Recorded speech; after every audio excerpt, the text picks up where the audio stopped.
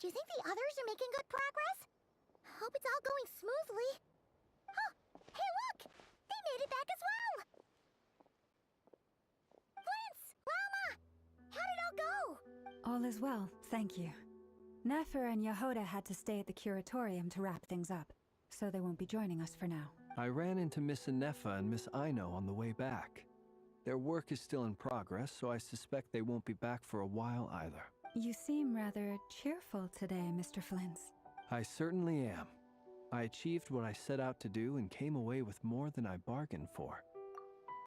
Fighting alone can get quite tedious, but I had the good fortune to run into a pair of brave young warriors. We meet again. How have you been? Albedo! What are you doing here? Thankfully, tracking you down turned out to be a lot simpler than we envisaged. These two courageously lent me a hand while I was fighting the wild hunt. When they told me they were Servarka's colleagues, it all made sense. And given how people of outstanding talent tend to cross paths, it's no wonder you're already acquainted. So, who's your travel buddy, Albedo? Why don't you come and introduce yourself?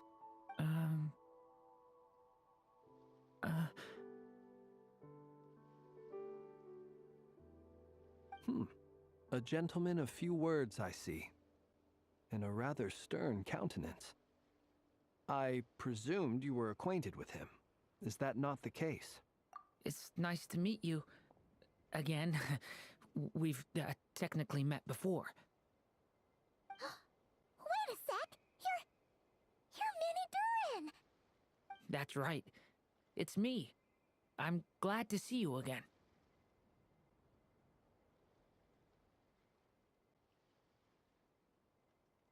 By the way, he says it's okay if you drop the mini. Yeah, I'm not as mini as I used to be. Interesting, isn't it? The first step towards blending into human society appears to be reflecting on whether one's name really reflects who they are. Wow! You look so different! In a good way, of course. It's great to see you looking so healthy. Thank you, Paimon. And although you're as mini as ever, I understand that diminutives don't always convey endearment. I'll be sure to simply call you Paimon, as a sign of my great respect for you. Wow! You're such a smooth talker now. Paimon could get used to this. From now on, you may refer to her as your esteemed guide, Paimon. Personally, I think our little Paimon is the perfect size. When people call her Little Paimon, it's just because she's so adorable that they can't help themselves. If that's not a sign of endearment, what is? You're absolutely right, Miss Lauma. My brother still has a long road ahead of him when it comes to understanding human relationships. Anyway, speaking of long journeys, didn't Columbina, leave with you? How come she isn't back yet? She's been catching up with old friends. Wouldn't be surprised if she stopped for a cup of tea or 10 on the way back. Uh-oh. People are talking about me. Hope it's nothing negative.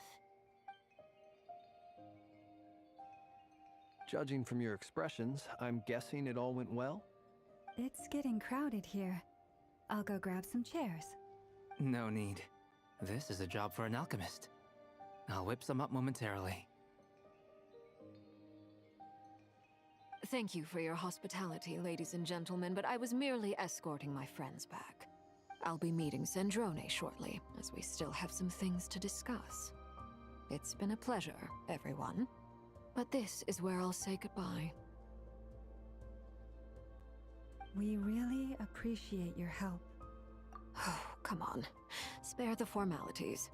I'm just glad I could help out some true friends. I understand. Well, bye for now, Harlequino. Oh, this place is hopping. It's probably a good thing one of us left. Otherwise, we might not fit all these people in. Are you saying we're about to run out of chairs? As a matter of fact, I am. Come on in and see for yourself.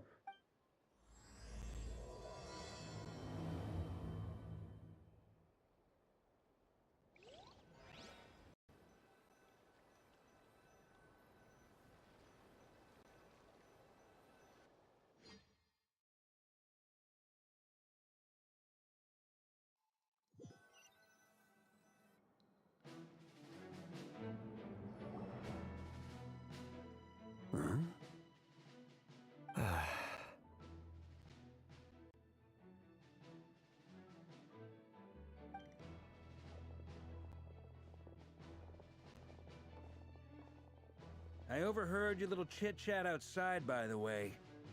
With Miss Columbina's colleague gone, we should be back to the original crew plus the other colleagues I brought in. Though, it looks like we have another new face. Someone else managed to rope in a colleague, too? Frankly, you and Paimon are the only people I know here. This here is Deanslip, colleague of Tibet's greatest guide, Paimon, and greatest adventurer, the Traveler. Well, not exactly colleagues, more sort of friends.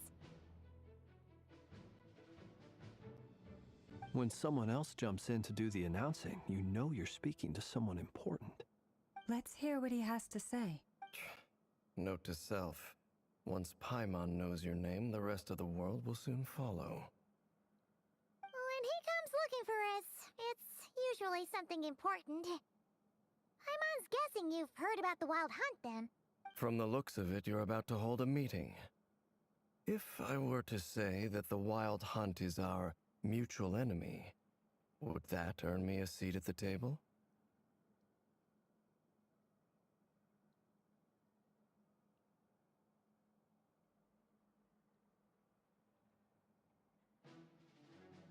As the saying goes, the enemy of my enemy is my friend. Mr. Dainsleif, there's a seat with your name on it. Though, I can't promise the same for everyone else. Hey, Albedo, think you can rustle up a couple more chairs? After all this time apart, Grandmaster Varka's first order is to rustle up a couple more chairs. I've missed this. Is he being sarcastic? Hey, he's your brother. Why are you asking us? I've still got a lot to learn about the nuances of human conversation. Trying to decipher Albedo's way of speaking has been like jumping in at the deep end. Oh, good point. Paimon gets you now. Don't sweat it. There are people who go their whole lives without getting the hang of it. You're ahead of the game already.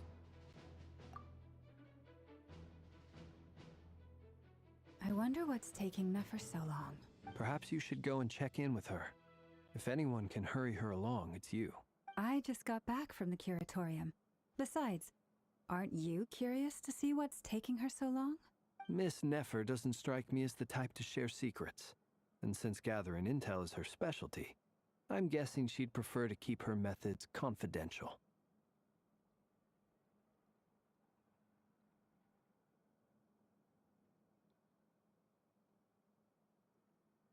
Under such circumstances, would it not be tactless for me to impose?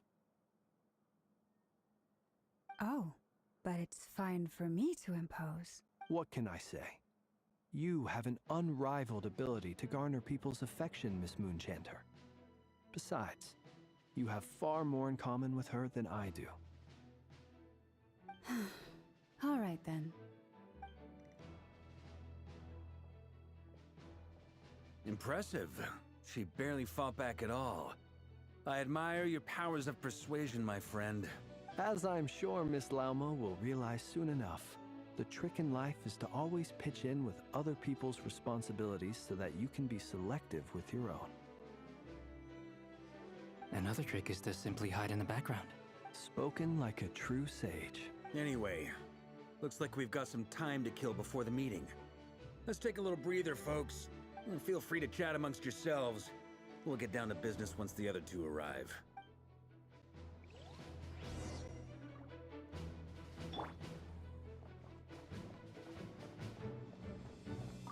Is there something you'd like to say to me?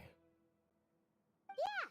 For starters, why'd you just show up here without even giving us a heads up? If you think back to our previous interactions, you may recall that that's hardly out of character for me. You do have a point there. Oh yeah, you'll need to find somewhere to stay the night too, right? Want to tag along with us? You never know. We might get a group discount. Sure, let's do that. Great! Paimon will handle it. And in return, we can get Dainsleif to be our very own personal bodyguard. If that's what you had in mind, you should have said so sooner. I'd be happy to help. Oh, okay then. Paimon was only kidding, but good to know. Anyway, since Since we're all here together, we might as well watch each other's backs. That's just what friends do, right? Indeed. Thank you.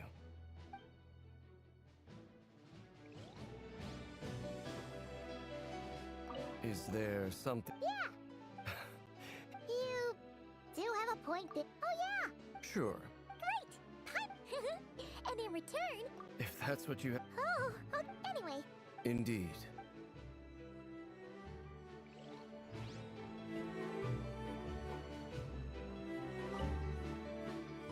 You're both awfully quiet. Why don't I start us off with an icebreaker? Much obliged. Have either of you ever had your portrait painted? If not, I'd be glad to help. That sounds like a lovely idea. You know how to paint, then? I dabble occasionally. He's an excellent painter. Tables, chairs, people, dragons, you name it. He'll paint it for you. I'm flattered. If I ever get the chance, I'd like to give it a try myself. I'll bear that in mind. Anyway, how about you, Durin? What sort of portrait would you prefer? Oh, I'd be fine with anything. Whatever style feels best to you. Very well. Then I'll play it by ear. You can replicate any style I want? I can try. If you show me a sample, I'll do my best to match it. Thank you. In that case, I'll dig up some reference material for you.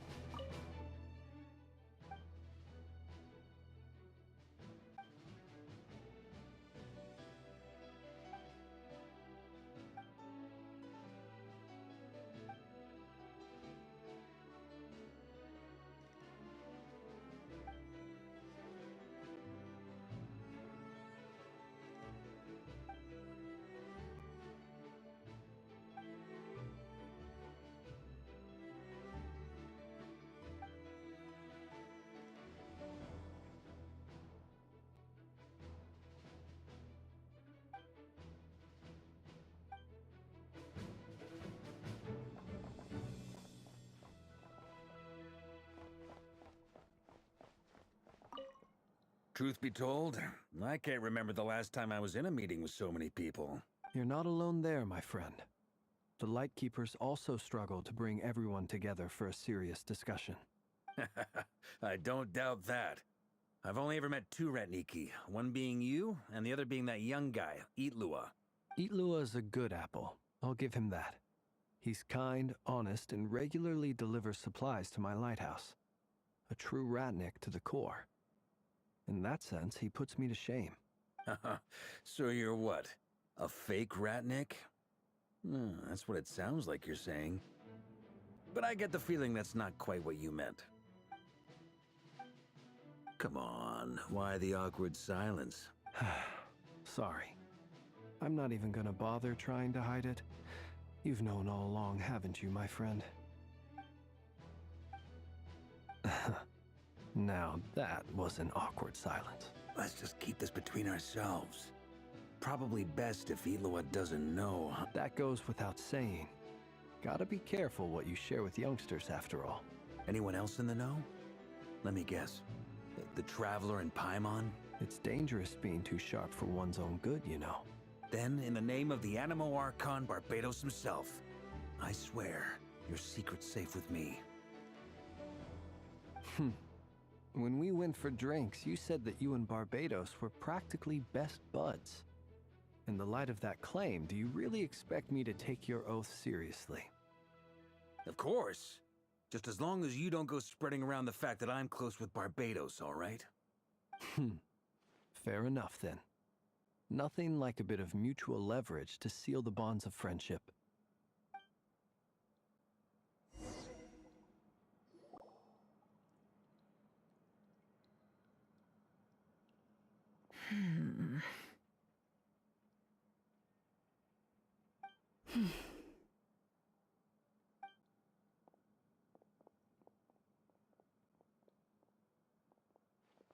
Ah, Miss Nefer. You made it after all. But what about Yehoda? I'm here to give you an update on how things are going on our end. Once this is over, I'll be heading straight back to continue my work. I left Yehoda back at the curatorium to watch over things while I'm gone. Huh. So much for just this once. Shh! Not so loud! We're on a roll here. What if she remembers and suddenly decides to back out? Did you say something, Mr. Varka? Huh? I didn't say anything. Right, Flints? Must have been a frog. They get so noisy around here at nighttime. It's like they're putting on a concert in the background. Anyway, before we begin, there's a few introductions to make. Let me start by saying that it's an honor to be speaking before so many distinguished colleagues and collaborators. First up, we have Miss Lauma. As Moon Chanter, she's the leader of the Frost Moon Scions, a local religious community in Krai. Then there's Miss Nefer, boss of the Curatorium of Secrets, an intel gatherer extraordinaire. Nefer is leading the investigation into Rerer's background, assisted by Yehoda and Lauma. From the little I've heard, they're making some great progress.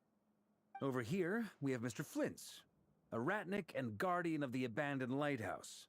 In our last operation, he courageously distracted the Wild Hunt to buy time for the rest of us. For those of you who've never met, this is Mr. Albedo, a renowned alchemist and captain of the Knights of Favonius investigation team. By his side is a new face for us all, myself included, Mr. Durin, who's come to lend his aid. Next up, we have the Moon Maiden and former Fatui Harbinger, Miss Columbina. Then we have the Traveler, who's earned more titles than I could possibly hope to list out, so I'll spare you the rundown.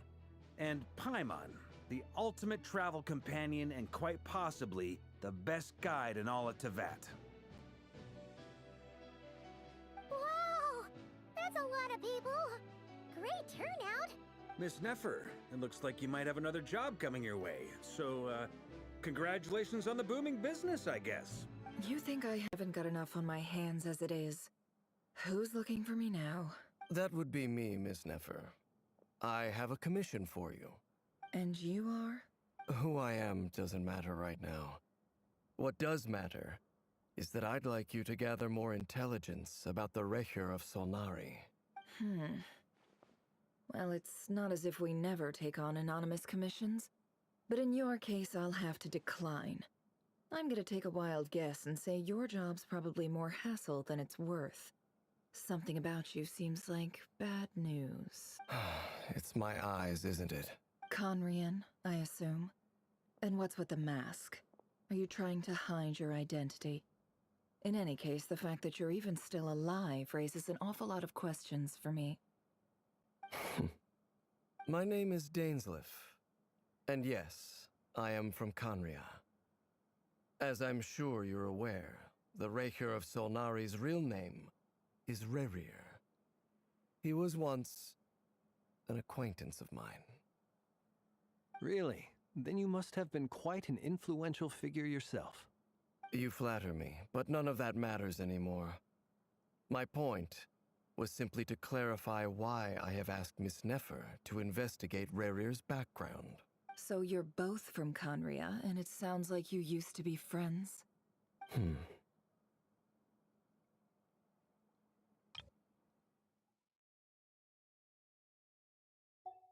I'll tell you everything I know. The history of Conria, the names and identities of the 5 sinners. I remember it all like it was yesterday. I have never spoken openly of this before. But the truth was exactly as people say. The 5 sinners were each driven by their own desires, and it was by playing upon these that the Abyss tempted them to their fall, tearing Conria apart in the process. The visionary, Vedafanir, who wished to foretell the future. The wise, Haroptatir, who sought limitless knowledge. Gold, Rhindaughter, who desired to create life. The foul, Sertologi, who pursued supreme strength. And last, but not least, Recher of Solnari, Rerir, Ravager of the Moon. Of the 5, Rerir is the only one who remains a mystery to me. He never harbored grand ambitions. So what changed in the space of a single night? How did he come to fall like the others? In other words, you're saying that his change came as a shock to you, and you have no idea what actually happened? That's right. You mentioned how the Abyss tempted them, which led to their fall. But what did that look like in practice? And what other context can you give me about the events of that time?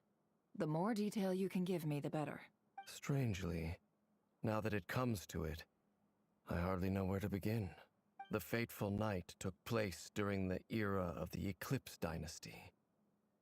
One day, my elder brother, the visionary, Vedifenir, was summoned to the palace by the Vinster King, only for the king to gouge out his eyes and cast him into the dungeons. When I came to hear of this, my fury knew no bounds.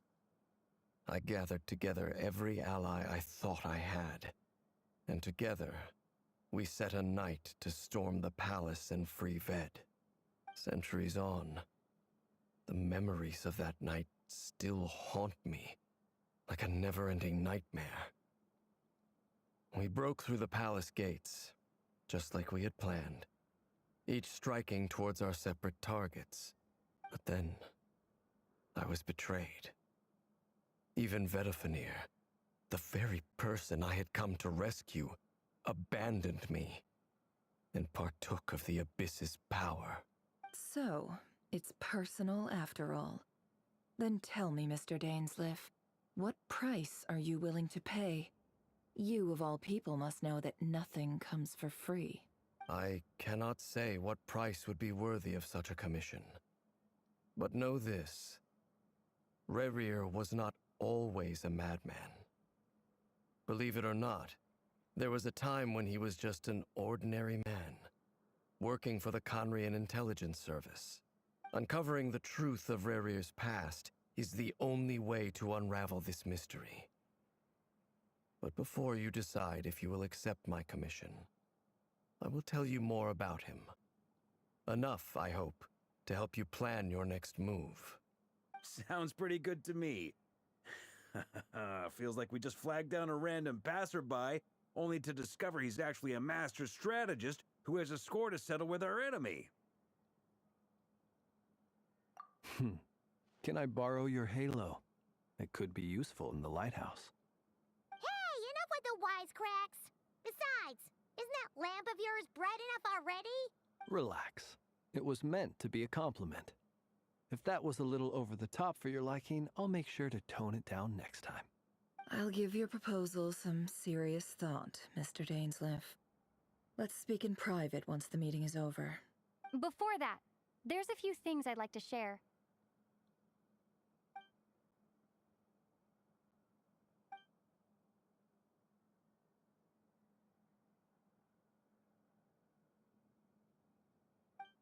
Now that we've united the hearts of the three moons, your power should be greatly enhanced. But it seems like that hasn't happened yet? I believe it will take a little longer. You've done so much for me, so I want to be completely honest with you all. Even though I'm doing a lot better now, the truth is, my recovery will likely be an ongoing process. From the moment I was born, my power has been slowly ebbing away. And that is because Tevat has never accepted me. Even with the moons united as one, it seems my rejection cannot be undone. So far, I have yet to find a solution. It may turn out to be a problem that will plague me until the day I finally leave this place behind. Even so, I will do everything in my power to help you drive out the Reihir of Solnari. As Arlecchino put it, this is not about chasing the spoils of victory. It's just a gesture of heartfelt gratitude. Kutar. Defeating the Reihir of Solnari will be no easy task. While my strength slowly recovers, we'll also need to gather more intel. Naturally. We should take all the help we can get if we hope to defeat him. We've considered several viable plans now. But our choice hinges on the answers to a few key questions. Is it even possible to kill Rerir? What experiences shaped the person or monster he became? And what's he really after? Given Albedo's expertise in alchemy, I think we should leave him to try and answer the first of these questions. Understood. As for the other two, I'm afraid we'll have to count on you again, Miss Nefer. Believe me when I say it's not my wish to burden you. But right now, relying on your skills is our only option. So you're placing all your hopes on me, huh? We can't thank you enough for agreeing to help us. Honestly, I can hardly believe how lucky we are. You sure have a talent for changing your tune, Miss Moonchanter. Timid like Yehoda one moment, then flinches insincere flattery the next. Ladies, please. I must object to your portrayal of me. That's all. Feel free to keep bickering. Just pretend I'm not here. I almost don't want to leave this room. I'm curious to see how this plays out. I have faith in you, Miss Nefer. Something tells me you'll stand by us until the very end. Oh? And what makes you so sure of that? What if I suddenly decide that my compensation is insufficient? This isn't about the money. I can sense that you've got a deep-seated distaste for Rerir. And knowing you, that alone is motive enough.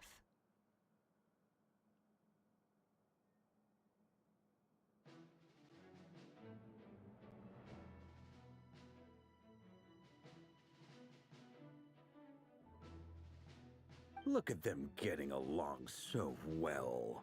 Like two peas in a pod. And I'm the one they accuse of insincere flattery. There is no justice. Miss Lauma, you have to understand something. Unlike you, I don't actually enjoy having everyone's hopes on my shoulders. Is that right? Well, maybe the fact that I'm willing to put my hopes in other people says more about me than you. But the fact is, I also trust you. And that's because I know that you're someone we can count on. Anyway, we've got our plan, so let's get moving. Mr. Dainsleif, let's talk. And Traveler, once we're finished, if you've nothing else planned, I'd like you to come with me. This whole experience is teaching me a lot. For instance, I now know that when other issues come up in the future, I'll have far more luck getting Lauma to convince Miss Nefer than trying to do it myself. Hate to say it, friend, but that's one of the funniest things I've heard in a while. Why? You think I've got it wrong? Quite the opposite.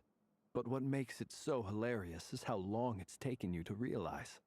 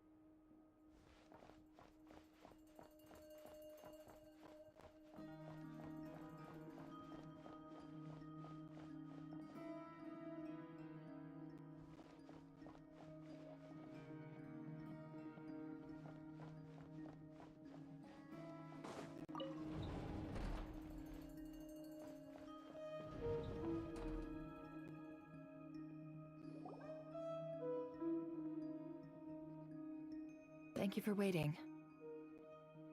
It's okay. We actually used the time to help Dainsleif get a room at the hotel. That's very considerate of you. Now, I trust you share my curiosity about Rerir's past, and you seem fairly familiar with Mr. Dainsleif already. We spoke at some length after the meeting. He was the one who suggested I should invite you to join this operation. He feels confident that these secrets will be safe with you. Dane has a lot of faith in us, that's for sure. Likewise. I appreciate that you got right on board without interrogating me about why I invited you. It shows that you trust me to explain everything in due course. That's because we know what you're capable of. We appreciate you too, Nefer. You might have been forced to help in the beginning, but this time, it was your choice. That's one way to put it. Another is this, that once a decision's been made, it's set in stone. After that, my only goal is to see it through. Alright, so here's how it is. I'm going to access Rarir's thoughts again using my confidential method. Now, I'm sure you've seen things like this before on your travels, so you're surely well aware of how dangerous it can be. The reason I've gathered you all here is to ensure my safety during the proceedings. I plan for us to enter the fragment of his consciousness together, and once inside, I will focus on searching for information. Think of this as a diving expedition into someone's brain. If I'm the diver, you are my safety equipment, tasked with keeping me alive while I'm under the surface. Once the ceremony begins, we will all be spying on privileged information. But in the interests of safety, you must remain absolutely silent at all times. We will discuss our observations after the ceremony has concluded. Lastly, any individuals of a weaker constitution are advised not to partake in the ceremony. In any case, Paimon has her own job to do, which requires staying in the room but not joining the ceremony.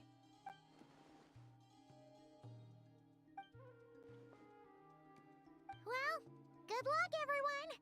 Sounds like all Paimon can do is cross her fingers and root for you guys. There's a little more to it than that. I was being serious when I said you have a job to do. While the rest of us are inside Rarir's mind, it's imperative that we have a team member on the outside. In the event that something goes wrong, you will be our first responder. I don't anticipate any issues, but the extra level of safety will be greatly appreciated. I second that. This is a dangerous operation here, and you're our whole rescue team. That's pretty much the most important job in the crew. So, Paimon's like the lifeguard?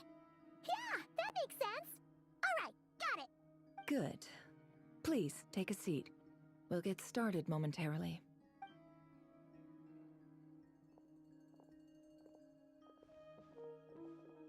So, did Mr. Dainsliff tell you anything else? He told me that he believes Rarir kept some big secrets in his life. He's not sure that they were the cause of his eventual downfall, but he's asked me to uncover what those secrets were all the same. But surely you're not planning to go through with this, no matter the cost. If you think that, you'd be overestimating me. I'm a businesswoman, not a mercenary. But I do have my own professional reasons for taking this job. You think I'd turn down the opportunity to get a first-hand glimpse into Khaenri'ahn history? No chance. Well, as long as you don't let morbid curiosity get in the way of safety concerns, we're good. We'll do whatever we can to help you. You're such a killjoy.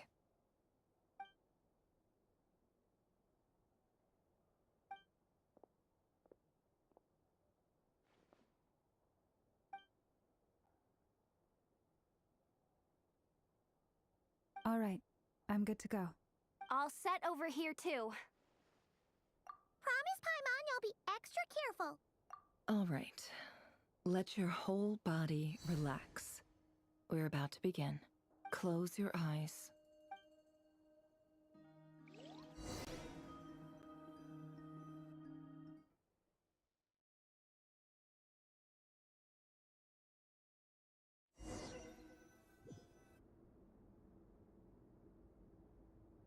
Phew. Could this be his office? Pretty standard setup. Bookshelves, paperwork, files. According to Dainsliff, Rarir used to be an intelligence operative.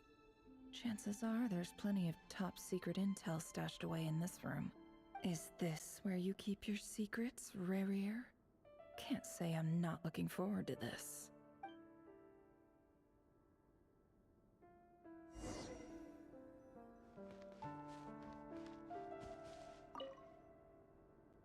Wonder what kind of encryption technique this is. Seems like it has to be inserted into that camouflage device nearby. Aha! It's an audio recording. Please, hear me out. I can't shake this feeling that someone's been spying on our house. No, I'm not being paranoid. It's true. I saw someone dressed in all black. It was a couple of days back, but that was on another street, not near my house. I swear, I know what I saw! There's a note in the margin. Surveillance of the Run for their residence has concluded. We apprehended the target and filed the mission report last night. Could the voice in the recording belong to one of Rarir's targets?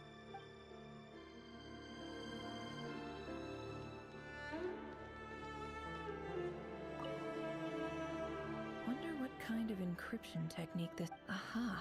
Please, hear me. I saw someone. There's a note in the margin. Could the voice in the recording...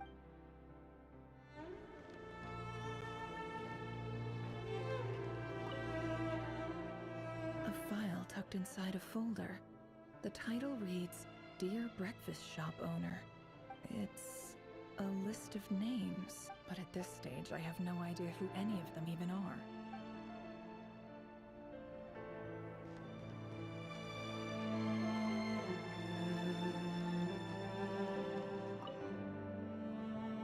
Bookshelves full of documents. Looks like these are all files, packed with the personal details of individual Conrians. The Crimson Moon dynasty preceded the eclipse. Since Rarir worked as a secret agent during the latter, it stands to reason that he was tasked with purging remnants of the old dynasty. Yep, lines up exactly with what Dainsleif told me.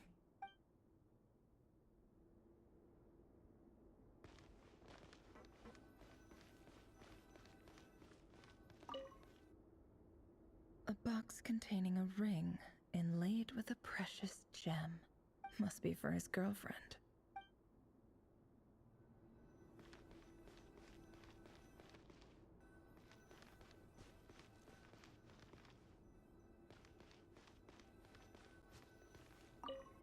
He looks even gloomier than last time. I wonder what's changed.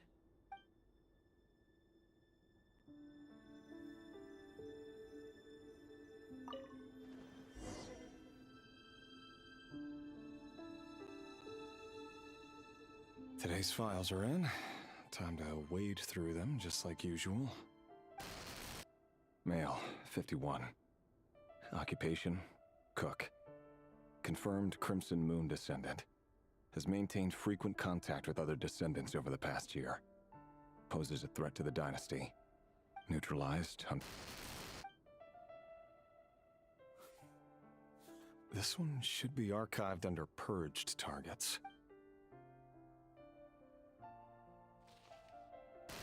Female, 23. Occupation, office clerk. Confirmed Crimson Moon descendant. Has maintained frequent contact with other descendants over the past year. Poses a threat to the dynasty. Neutralized. Another one for purged target. Sounds like she was that other man's daughter. Never mind.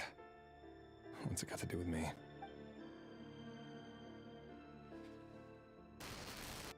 Male, 40. Occupation, teacher. Confirmed Crimson Moon descendant. Has been observed making contact with other descendants during the past year. Poses a threat to the dynasty. Neutralized on...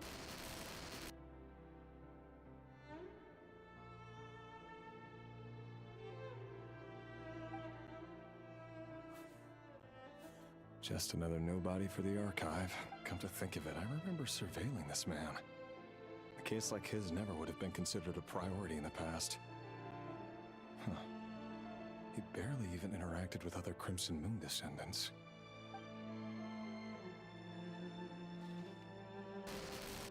Female, 16. Occupation, none.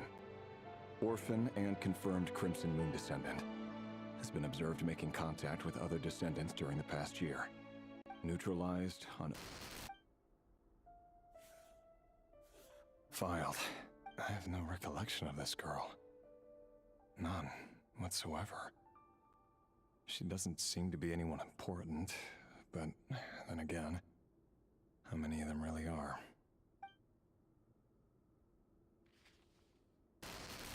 Female, 13. Occupation, none. Orphan and confirmed Crimson Moon descendant. Has been observed making contact with other descendants during the past year. Poses a threat to the dynasty.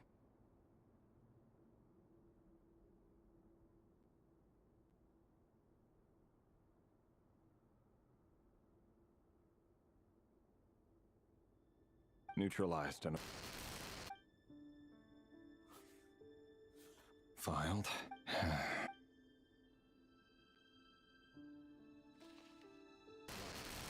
Male, 11. Occupation, none. Orphan and confirmed Crimson Moon descendant. Has not been observed making any contact with other descendants during the past year. Neutralized and...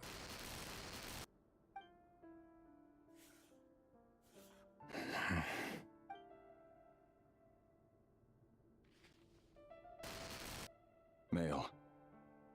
6. Occupation, none. Orphan and confirmed Crimson Moon descendant. Poses a threat to the dynasty.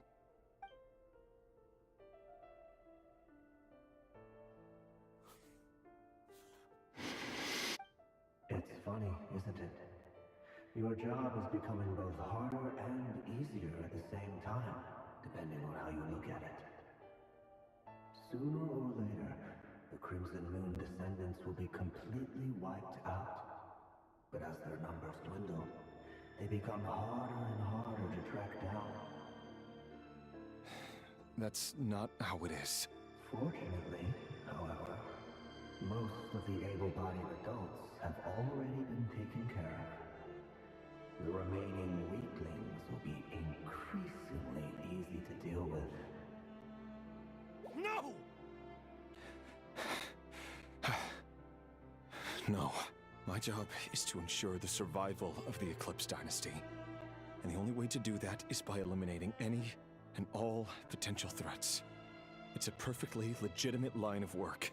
Every single one of my colleagues can attest to my fairness. And if my friends were aware of the facts, I know they'd back me up too. Assuming, of course, that they were aware of all the facts.